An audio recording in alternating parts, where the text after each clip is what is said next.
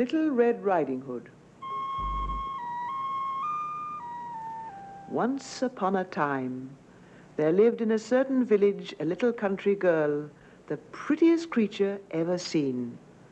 Her mother was excessively fond of her, and her grandmother doted on her much more.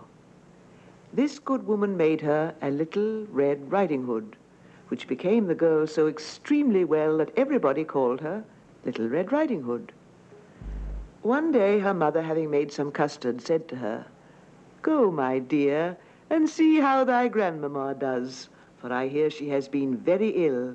Carry her a custard and a little pot of butter."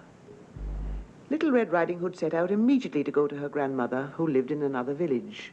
As she was going through the wood, she met with Gaffer Wolf, who had a very great mind to eat her up.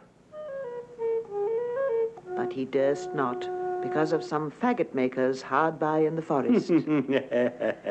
He asked her, "Where are you going, my dear?" The poor child, who did not know that it was dangerous to stay and hear a wolf talk, said to him, "I am going to see my grandmamma and carry her a custard and a little pot of butter from my mamma." Does she live far off? "Oh, aye. It is beyond that mill you see there, at the first house in the village." Well, and I'll go and see her too. I'll go this way, and you go that, and we shall see who will be there the sooner.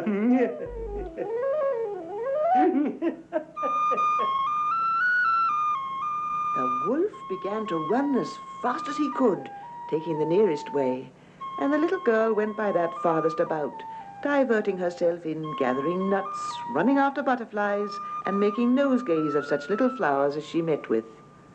The wolf was not long before he got to the old woman's house. He knocked at the door. "Who's there?" Your grandchild, Little Red Riding Hood," replied the wolf, counterfeiting her voice. "I have brought you a custard and a little pot of butter sent you by Mama." The good grandmother, who was in bed because she found herself somewhat ill, cried out, "Pull the bobbin and the latch will go up." The wolf pulled the bobbin and the door opened. Grandmamma screamed as the wolf rushed to devour her. He then shut the door and went into the grandmother's bed, expecting Little Red Riding Hood, who came some time afterwards and knocked at the door. "Who's there?" Little Red Riding Hood, hearing the big voice of the wolf, was at first afraid, but believing her grandmother had got a cold and was hoarse, answered, "'Tis your grandchild, Little Red Riding Hood, who has brought you a custard and a little pot of butter Mamma sends you." The wolf cried out to her, softening his voice as much as he could, Pull the bobbin and the latch will go up." Little Red Riding Hood pulled the bobbin and the door opened. The wolf, seeing her come in, said to her, hiding himself under the bedclothes, Put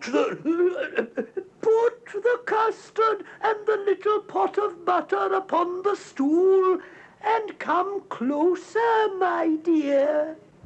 Little Red Riding Hood came closer, where, being greatly amazed to see how her grandmother looked in her nightclothes, said, "Grandmamma, what great arms you have got!" "That is the better to hug thee, my dear." "Grandmamma, what great legs you have got!" "That is to run the better, my child." "Grandmamma, what great ears you have got!" "That is to hear the better, my child." "Grandmamma, what great eyes you have got!" "That is to see the better, my child." "Grandmamma, what great teeth you have got!" "That is to eat thee up."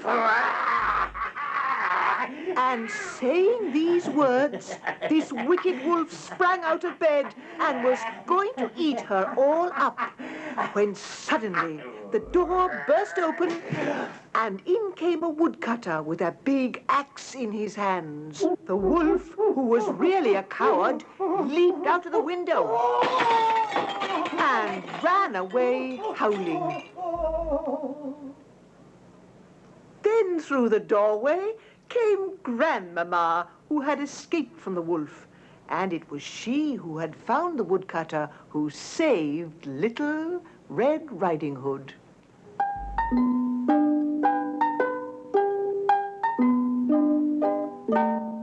From this short story we discern what conduct young people ought to learn. Above all, young growing damsels fair, whose orient rosy blooms begin to appear, who beauties in the fragrant spring of age, with pretty airs young hearts are apt to engage.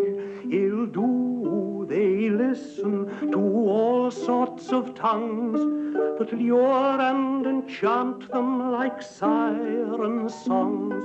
No wonder then truly, if overpowered, so many of them has the wolf devoured.